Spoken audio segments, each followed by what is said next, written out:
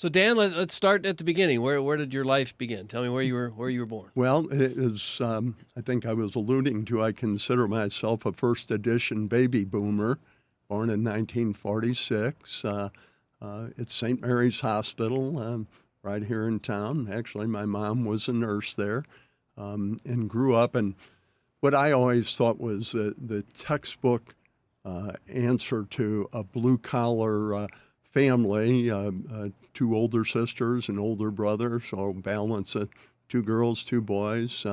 Both my parents, I mentioned my mom was a nurse. My dad was just an unbelievable guy. Always considered him the man who could do anything.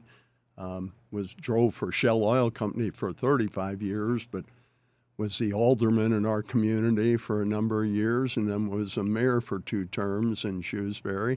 Also in business with his brother at one time, so quite a guy.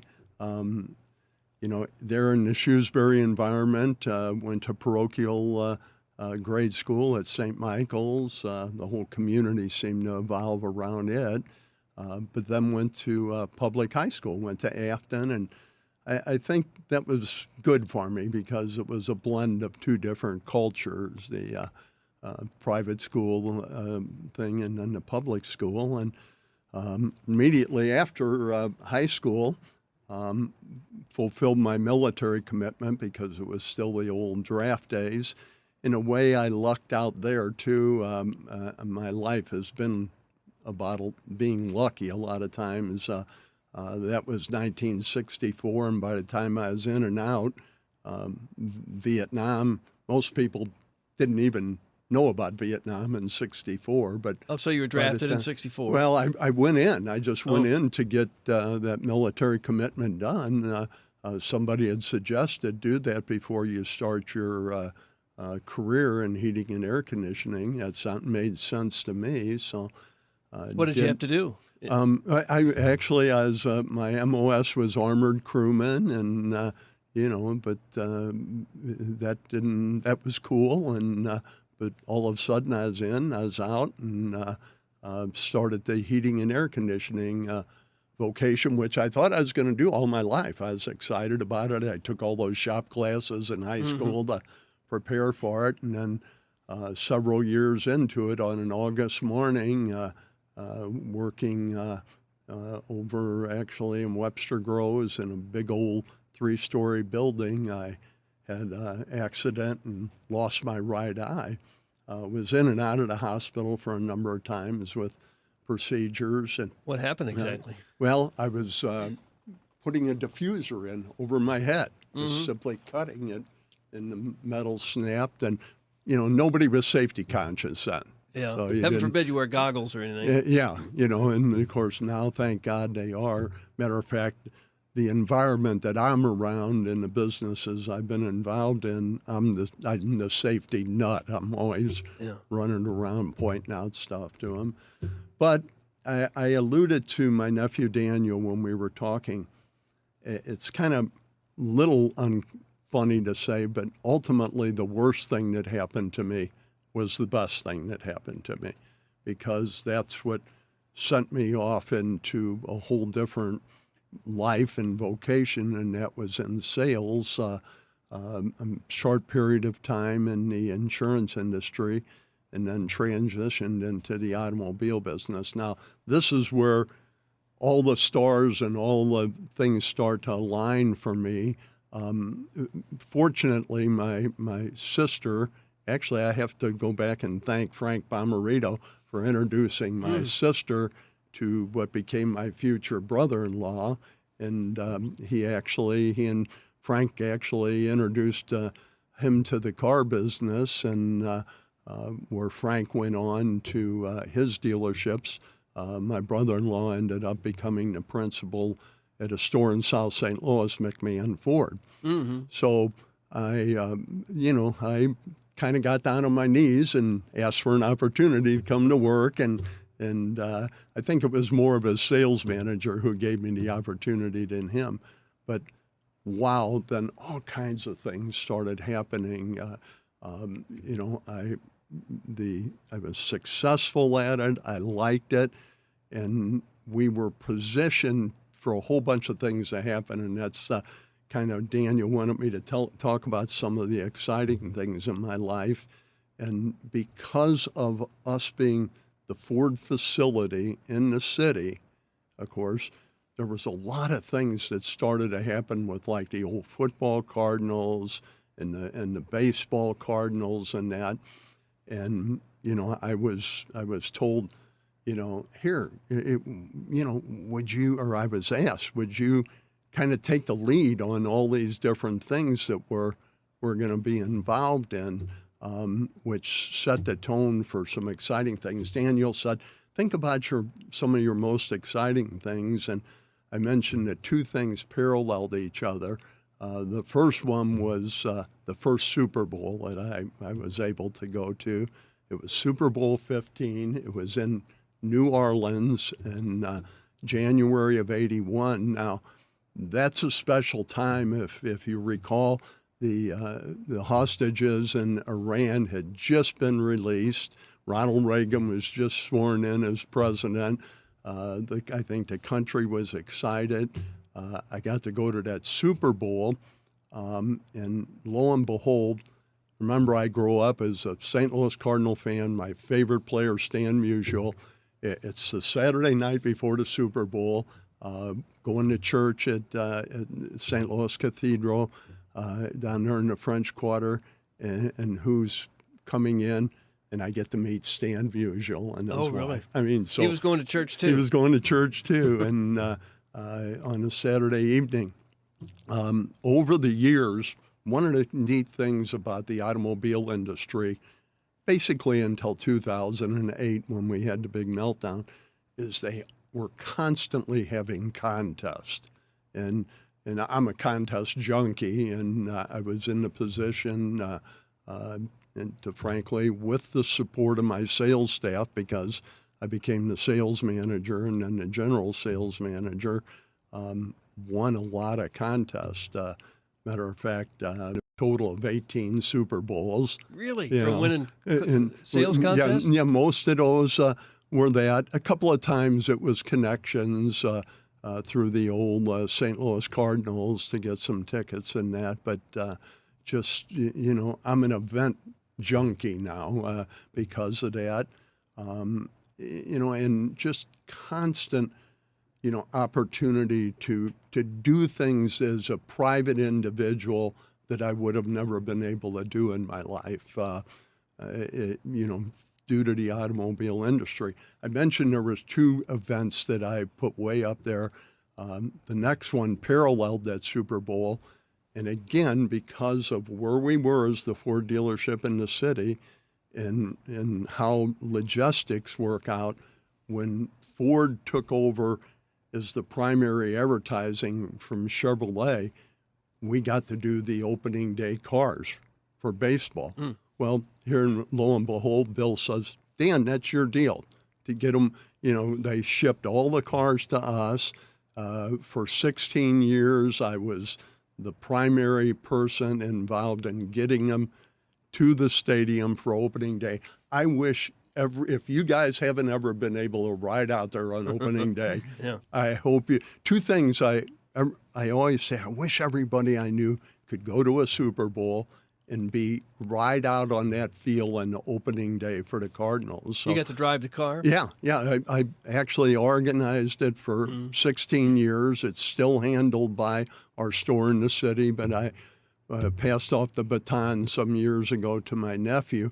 But that very first one was Joe Torre was still the manager, and you're pulling out there. Guys, it's so hard to explain what an unbelievable moment that is to be able to drive out there. And of course, what happened there is the staging for it for a number of years involved the retired players that were involved coming out, the active players coming out, standing there and petting the Clydesdales, and as the whole thing was orchestrated. So those two things are at the top of my list of exciting things in my life.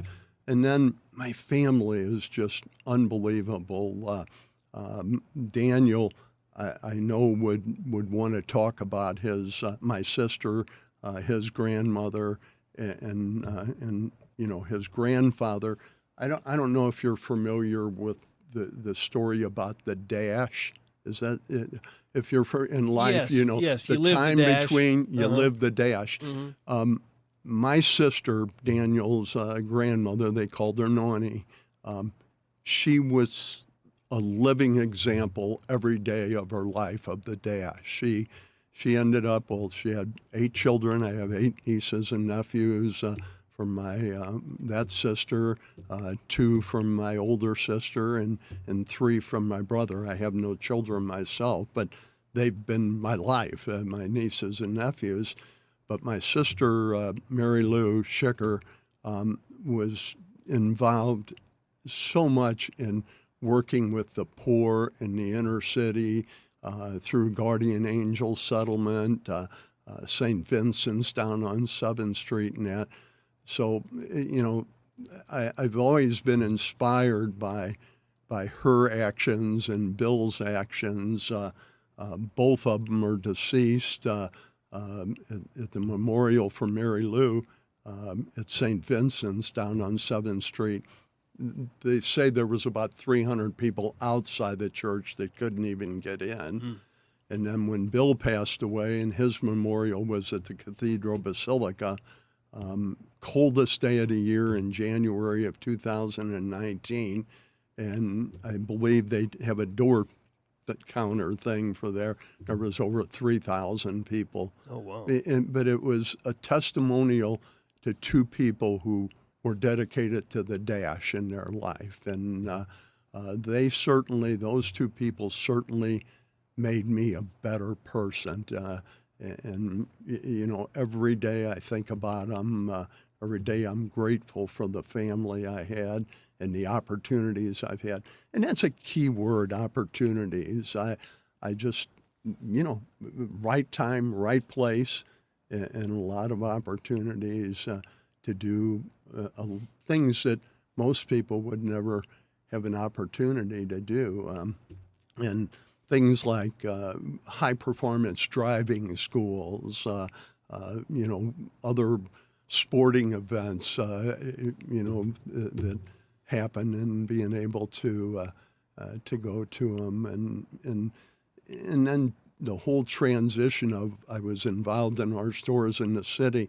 Then Bill asked me to go out to his stores in Franklin County, and went out there and ended up living on the family farm, and Oh, really?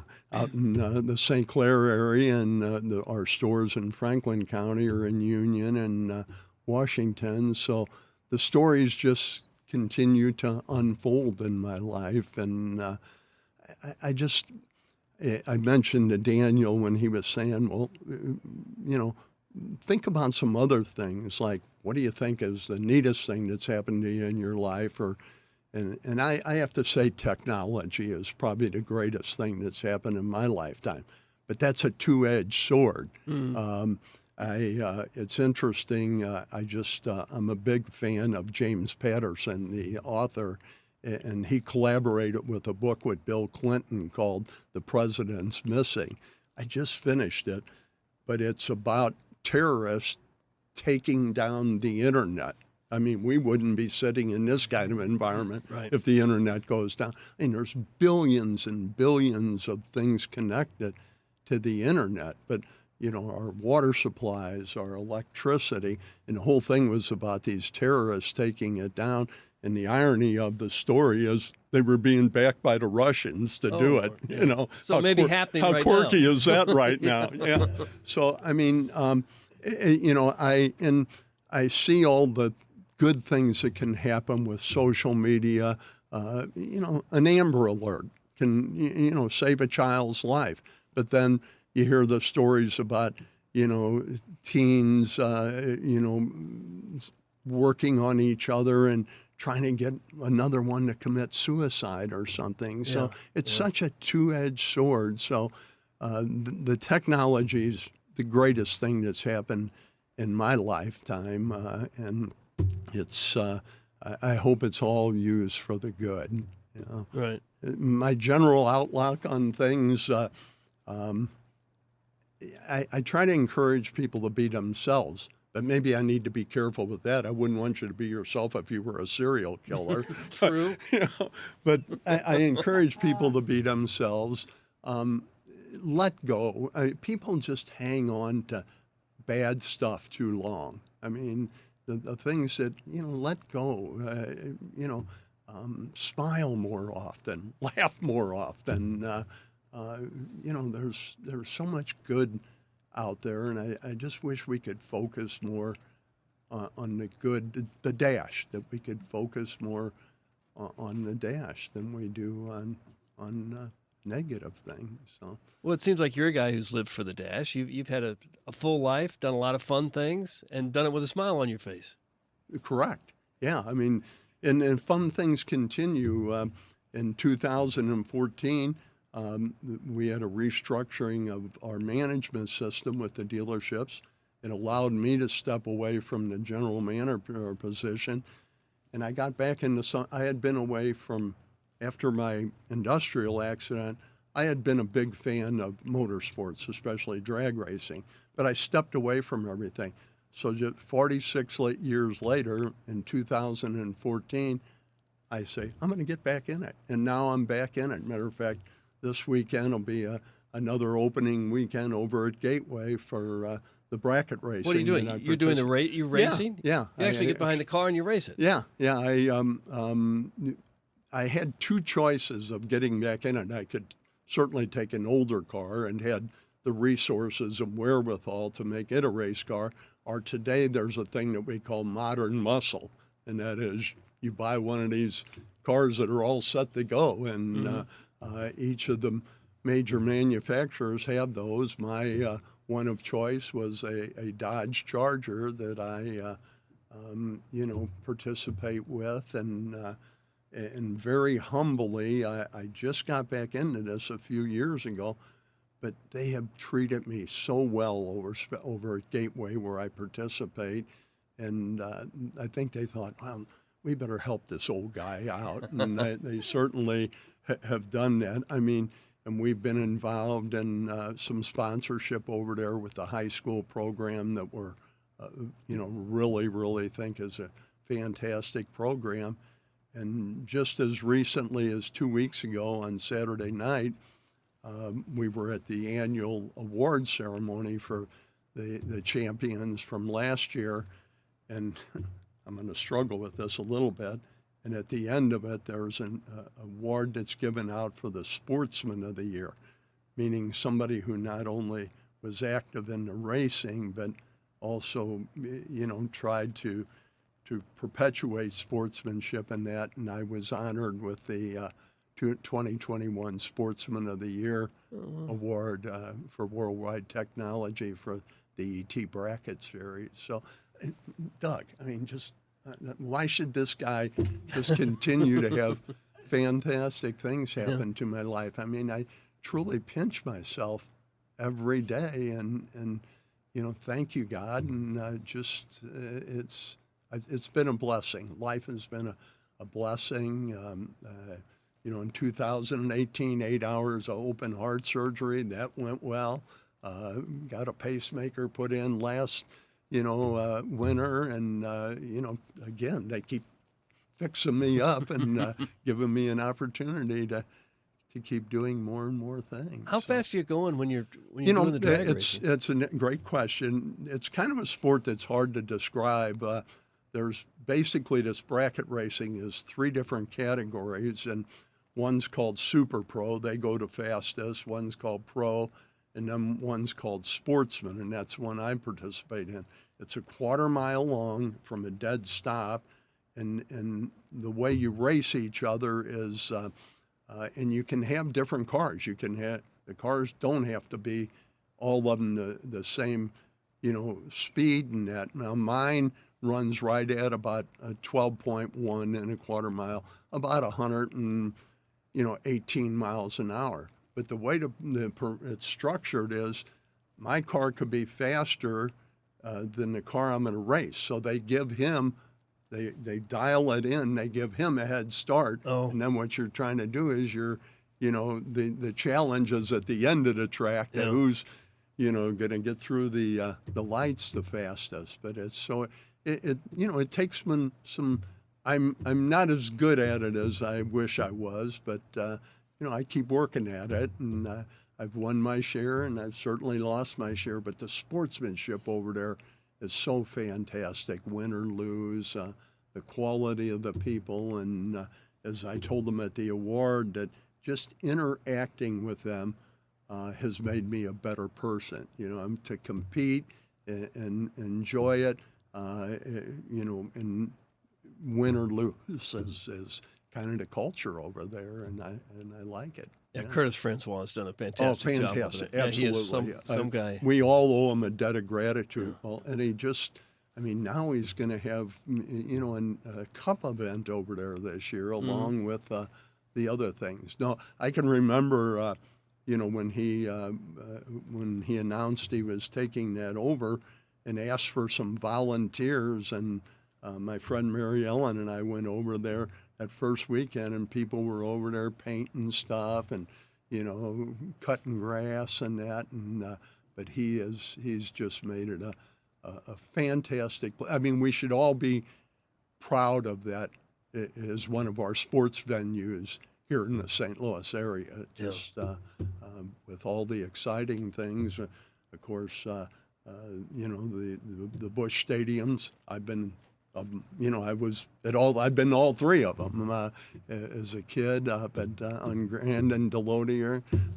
Actually, again, one of these cool things that happened to me, 1966, I get offered to go to opening night at Busch too, and then of course because of the arrangement with the Cardinals and the Fords and the advertising, I'm there, for the final game at Busch too, and the first game at the new game stadium. Oh yeah. So again, why this guy should be so lucky, I don't know, but I'm certainly lucky, and I hope something like we're doing here gives me an opportunity to thank all the people that have been involved in my life, and I've been very, very blessed, and I have an unbelievably special family. They are just tremendous. I mean, and Daniel kind of asked me about family events and that, is there any one particular one?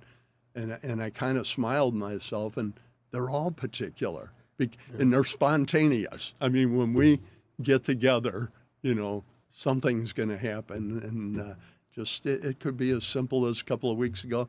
He was out at the farm, and we're sitting around a bonfire and just enjoying life, and that's people often ask me, about our family, and because they know that of the business aspects of it, and that. And I say I think the best way to describe us is we work hard and then we play hard. So You think doing all that has kept you young? Young very at heart, much anyway? so. Very much so. I'll be 76 next month, and just have more energy now than I've had in several years. Thank you to Dr. Bauer for the pacemaker. It is a pacemaker? After I had my open heart surgery in 18, I had an expectation of a higher energy level, and it never came about. And they finally made the decision to put the pacemaker in. Yeah, I mean, it's just unbelievable what a difference it's made. And because I was getting a little frustrated, because at the end of the day, my mind still had plenty of things it wanted to do, but my body was starting to run on empty. But now it's got a full tank, and I'm ready to go again. Oh, wow. Because you and I are in age, and it's pretty easy to reach for the remote control and say, see what's on TV, and sit there on the couch. Yeah. But it's the worst thing you could probably be doing. It seems like the best thing that you've discovered is that you got to stay out there and keep going. And Doug, you're right on. Matter of fact, my girlfriend Mary Ellen, she simply says, "Dan, you just like to work." I mean, I do. I just I can't sit. I like to be doing things, and I still have an opportunity every day to interact with our two stores in Franklin County. Um, you know, we did get out of the cattle business at the farm. This would be 2 years ago, but there's still plenty of things to do out at You the were in the farm. cattle business? But the family was, and I Okay. was living out there Yeah. every day, and yeah, that was a whole Well, that sounds great like a lot of work. It is. It's more work than people think. I They would think, think, oh, you yeah. just turn them out there, but no, it's the farm manager we had out there, Gene Parks, taught me a lot about cattle and the cattle business, and yeah, we needed full-time people there. It's not a part-time thing, but we also have a pool there, so I'm the cabana boy when the pool Oh, are you? opens. So, it's which again is an activity in the morning. I'm down there, maintaining it and staying busy. But yeah, I would just in reference to getting older, please stay busy. I mean, I lost 3 good friends last year, not because of COVID, but because of cancer in 2 cases and kidney illness in 1. And I know they stayed active as long as they could, and but I just encourage anybody in that age group that I'm in, just find something to stay busy. I mean, it really makes a difference in your life. I believe it, and Well, you found a lot of things to keep you busy. yeah, I have. You ever wonder where the time went? Just how fast it goes by. The older you get, it's in It- fast it- forward. you're right. Isn't it? It disappears. Well, I'm thinking, how exciting that Albert Pujols is coming back to the Cardinals. But it was 10 years ago that he left. Yeah, it seemed like a Holy month and a cow. half ago. Yeah, 10 years flew by. And how exciting is that? I'm anxious to, like everybody else, to get to those games and see Albert back on the field because, again, as a lifelong Cardinal fan, I always put him and Stan Musial at the top for sure. I'm sure they're 1A and 1 and 1A is in my life. So, yeah, your comment about time flying by, so, it's precious. Use it. Don't let it slip by. Right. Yeah. You talk about baseball a lot. Did you play baseball yourself as a kid? No, I'm a terrible athlete. Really? Never really. The best thing I've ever been able to do is race a car, and again, I not to be frustrated with athletics. I just kept myself busy all through high school. I worked at a supermarket called Liberty Supermarket in South St. Louis, and just stayed always busy. Always loved going to sporting events, and because I find them entertaining. And you didn't play at all? No. Not little Little league, soccer, Floor League? Yep. some soccer, and in parochial school, but figured out real quick that I wasn't an athlete. And there was no sense in frustrating myself. But you were a heck of a car salesman. Why do you think you had so much success doing that? Again, I think because the result of the transaction, I mean, there's people that talk about, the rigors of buying a car and that, but ultimately, when you deliver somebody a different vehicle, be it a brand new one or a nicer pre-owned one and that, I think just I was always aware of that, hey, this can be exciting for the customer and it can be exciting certainly for me. It was an exciting environment to be in, the new products and of course being a gearhead, helped me with product knowledge and that. And I just, probably the worst thing I did selling cars is I talked too much. Oh, yeah. I'd be, I had some mentors say, Dan, you sold them the car. Just Let them you go don't- now. You don't have to tell them about every nut and bolt on the thing. And that was the thing. I had great mentors as I entered the sales field. And I just, it was exciting. It was. I think that answers your question. Why did it work well for me? Because it was an exciting environment to be in. You know? And you were selling Mustangs and All the Ford all the Fords. products, and then we Bill obtained a Lincoln Mercury dealership on Kings Highway, so we added those. And then when he asked me to go out to Franklin County in '98, it was at the Chrysler store out there. So we had the Chrysler products, the Dodge products, the Jeep products, the Ram truck products, and now here. I just mentioned my age a little while ago. There's probably not anybody more excited about the electric EV that's coming. Oh, really? Our stores are all signed up for it. We're changing processes in that. Matter of fact, last year at the opening of the drag racing season, we happened to have a Mach-E Mustang at our store in the city, and we took it over, and boy, it was cool. Now, actually, the National Hot Rod Association has dedicated a whole class to electric vehicles now. It has its own standalone class, and for people, I'll have some people that aren't that excited about it. I'll say, well, I don't think you have a choice. That train's left the station. Yeah. It's coming, and it's so again, I should probably be a guy who's talking about the old days and the old products, but I'm excited about the whole new electric landscape that's coming. Are you and I going to be around long enough to have the cars drive themselves, where we just sit there and play on our phone or watch TV? Actually, I'm driving a car today, an Explorer, that I don't have to hold on to the steering wheel. I mean, it's kind of weird. I mean, they want you to keep a hand on it, but you do, don't you? I mean, that thing, it makes all the turns. And I mean, again, that's the technology that's, you have adaptive cruise controls. These things can control themselves. Traffic slowing down, they're slowing down.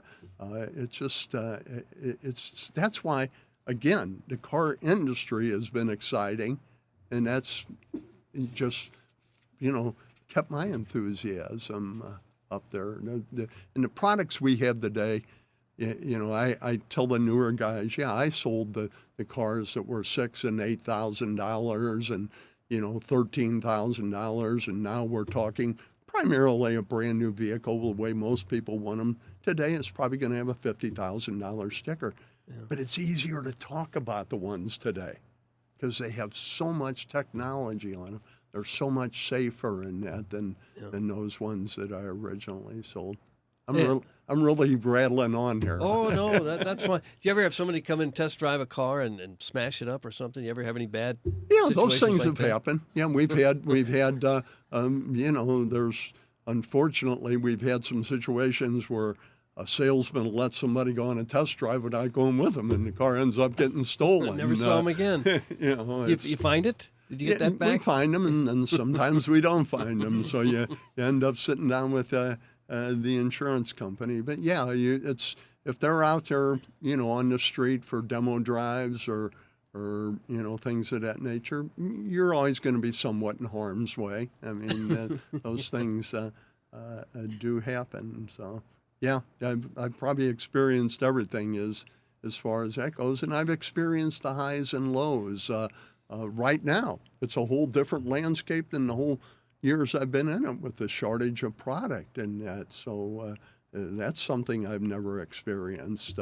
We have lots where, we'd like to have 150 vehicles on the lot, and we've got 45. So, I mean, it's a whole different landscape right now, too. Yeah. If you had to do it again, would you live your life the same way that you did? Bet. Was there a path in the road somewhere where you went one way and you thought, maybe I should have done the other? No, there's not a thing I would change. If there was one thing I have said after I finished the time in management is probably, I should have, and I could have paid for it myself. I'm sure ownership would have paid for it.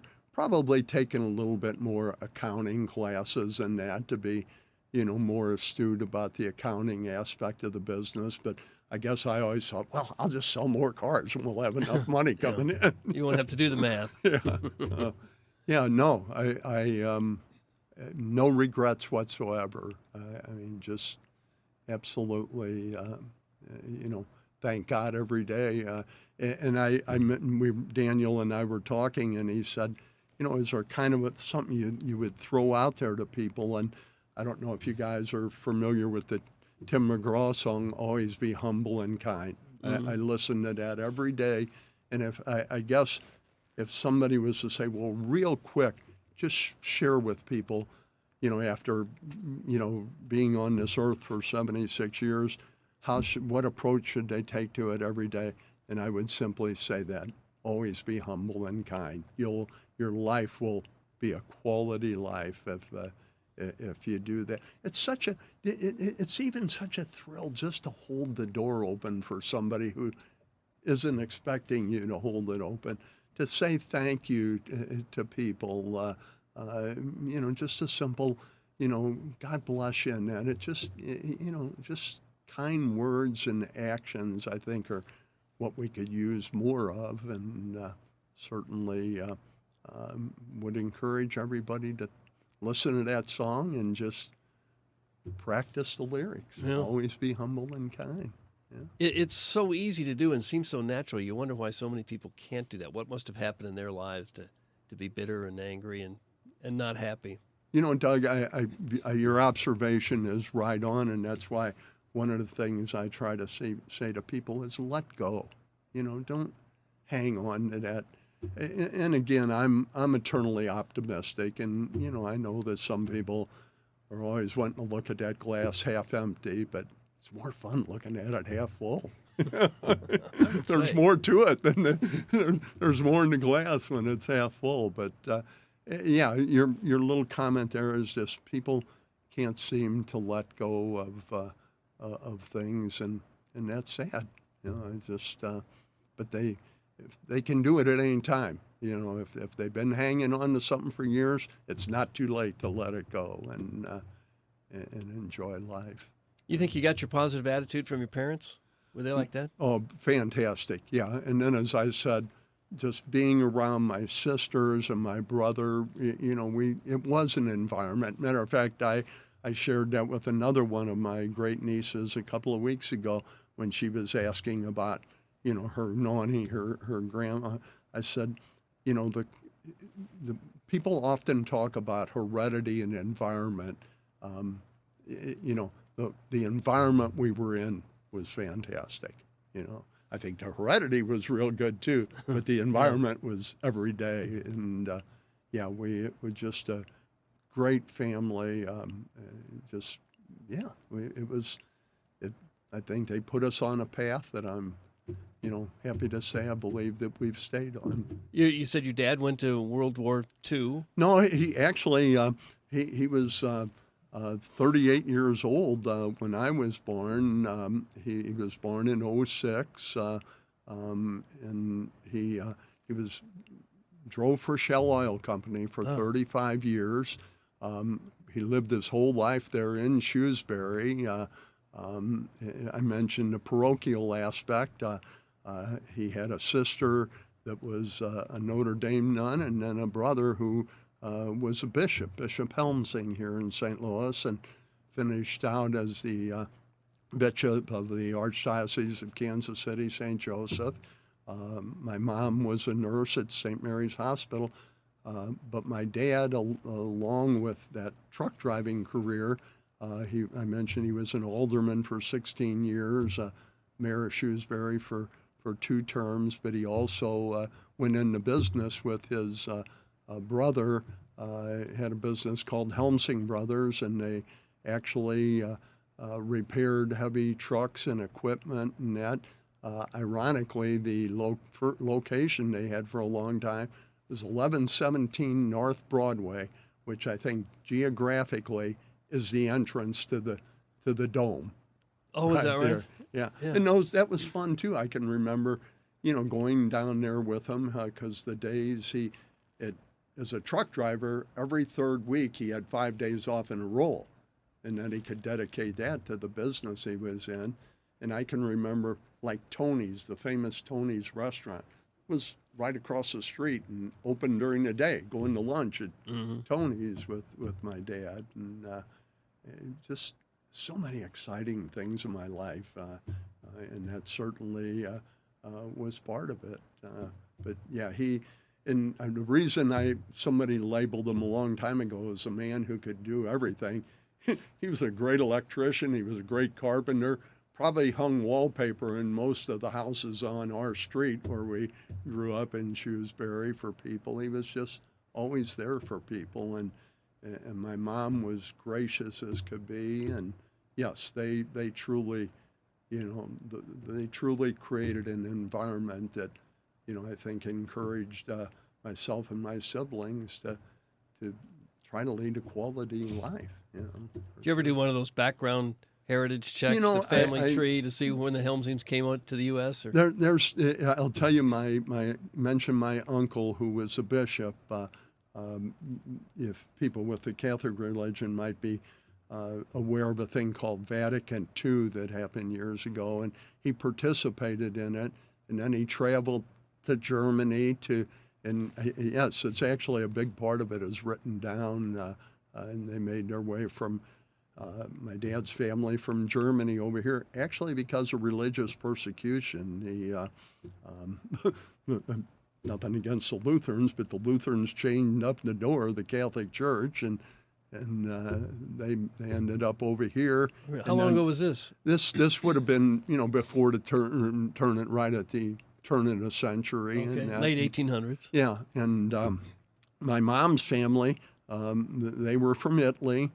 And the way I read it is, at that time, back in that previous, in the late 1800s and that over there, it was, you were stuck in a class and you couldn't get out of it. So they came to America, and my mom grew up in a town by the name of Gillespie over in Illinois.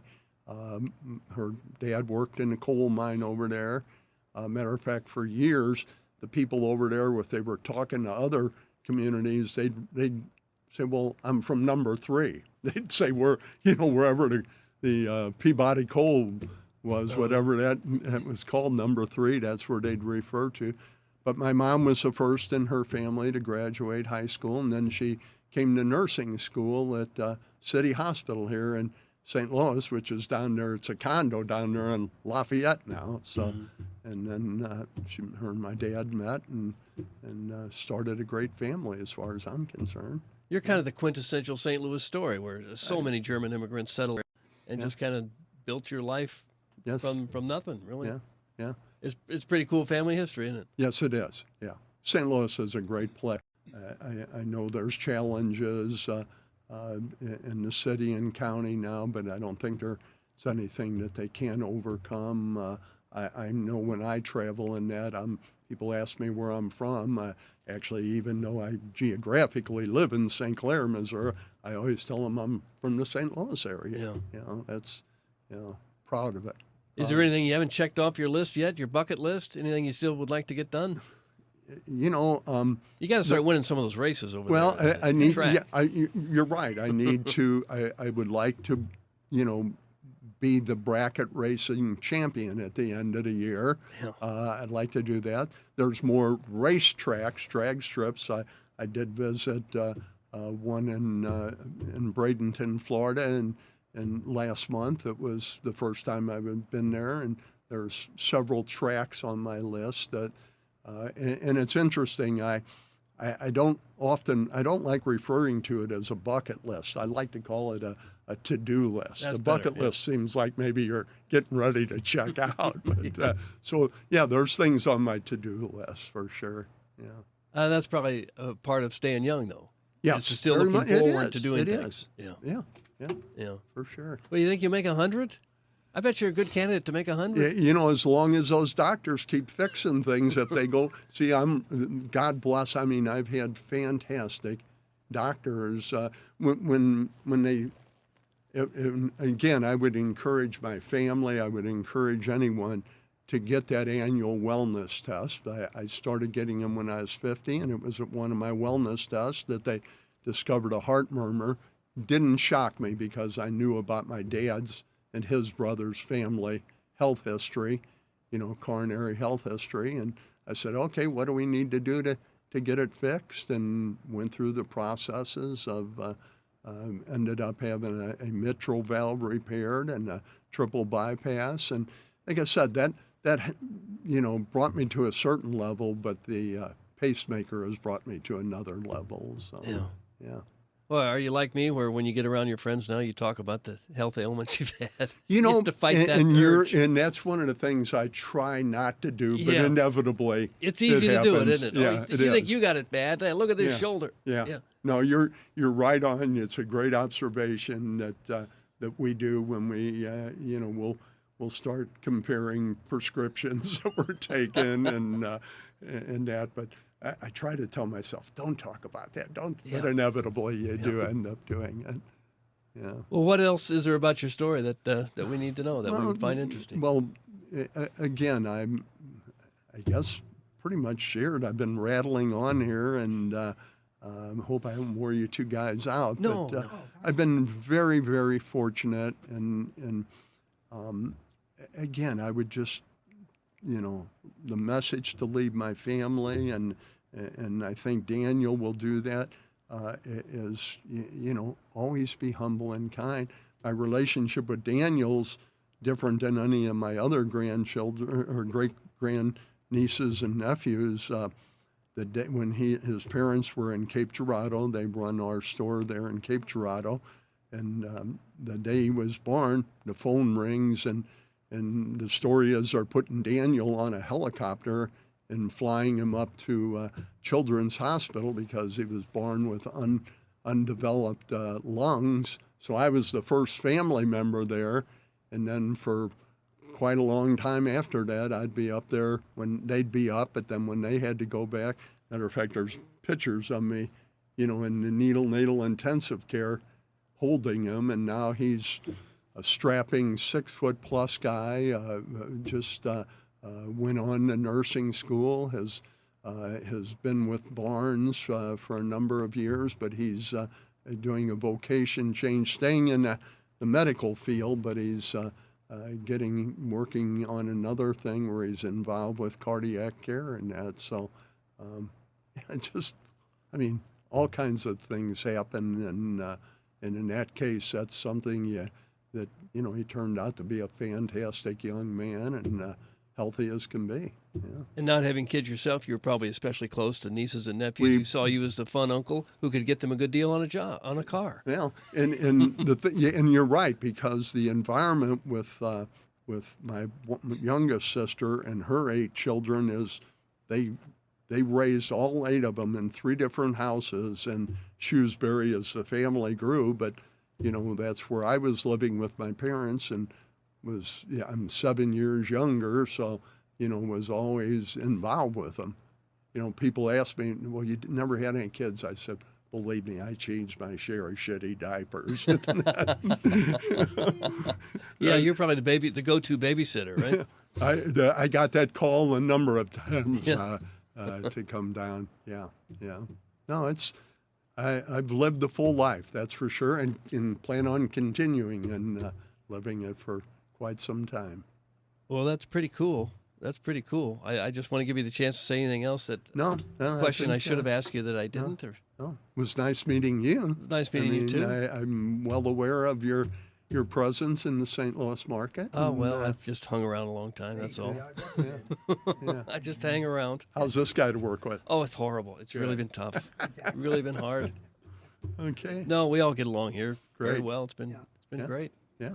It'd be tough if you didn't, working in a small place for 3 hours, 4 hours a day. For sure. Yeah. You have that experience too? Your coworkers feel like family to you almost? Oh, very much so. And of course, over the years, I've worked with a number of people, and it's just nice to look and when you bring people into the nature of the car business and that, obviously, I was involved a lot in training in that as I moved from sales manager to general sales manager. And, when somebody chose to move on, I always hoped there was something positive that they took from us. And then, over the years, we had people come in and recruit people away from us. And people would say, well, doesn't that upset them? You brought them. And I said, no, I'm just going to take it as a left-handed compliment that, they moved on. And we've had a lot of people that have come through our organization that have had a lot of success in the business. And I'm sure we'll continue to have that in the future. Yeah. The general sales manager is the guy who signs off on everything, right? He's the guy who actually sells every car. Well, no, that would be the desk manager, the sales manager. The general sales manager, you get more into inventories, marketing, the marketing part, and keeping the flow of things going. But the actual process of having someone. And it's like any business. Someone, has to say, okay, we'll take this transaction or we won't. That's primarily the desk manager. But today, it's actually easier to talk to people about cars than ever because of the internet. When I first started in the business, stop and think about this, in 1977, when people came in, they got their information about a car one of two places, either at the dealership from the salesperson, or maybe some of them would go to the library and get a car and driver or a road and track or something. But nowadays, people have access to all that information, and they come in, and the salesperson's role is, well, first of all, folks, how much time do you want to spend here? Some people want to spend a lot, some people don't want to spend much at all. And then the key question is, what's most important to you, to the customer? And that's what you then focus on to make sure that your product fulfills what's most important to them. And when I ask that question, sometimes you still get a deer in the headlight look. And then you go, is it safety? Is it styling? Is it performance? And that. And that's then what you focus on. And then, okay, this is the right vehicle for you. And of course, there's a process of working out the numbers. Everybody knows that, especially if it involves a trade-in and that. And, the customer always benefits from negotiating. The customer benefits from competition in the car business. A lot of people don't, really think about that. But because of the competitive atmosphere that's out there, the customer is always the winner. They really are. I know some people have a hard time wrapping their thoughts around that. But if there wasn't any competition, it wouldn't be a fair marketplace for the customer. Do you have any idea how many cars you sold over the years? No, a lot. Tens of thousands, probably? Oh, I couldn't even begin to think of it, but it's a lot of them, been involved in a lot of them. And yeah, but it's, again, I'm getting excited just sitting here talking to you. You want to get back in the game, don't you? I and occasionally I do have those old owners and that who say, can you be there? And of course I'll be there with them. And I'll tell them that the salesman's a valet, and then, I'll get involved in finalizing the deal. And then I work with the managers that I have to do that. Yeah. And yeah, it's exciting. Oh, I bet. Well, I don't want to cut this short, but you think we've got it covered? I think we do. Yeah. Okay. Daniel, All right. thank you for this opportunity, and I hope you get a kick out of listening to it. And that. So, Your family must love you if they think enough to want to hear your life story and you. to play that back. Who knows? 40 years you. from now, someone will put that in a computer. No, I feel loved by my family. They have always. I've been a benefactor of more surprise birthday parties in my life than, most people even think about. So, yeah. Yeah, that's a good sign. All good. Yeah, about 30 more left, maybe. There you go. Thank you. 108, that'd be about right. Yeah. Well, great being here with you guys. Thanks God for bless coming you. in. Thank you. It's always interesting to hear people's life stories, especially when they're interesting and done so many fun things.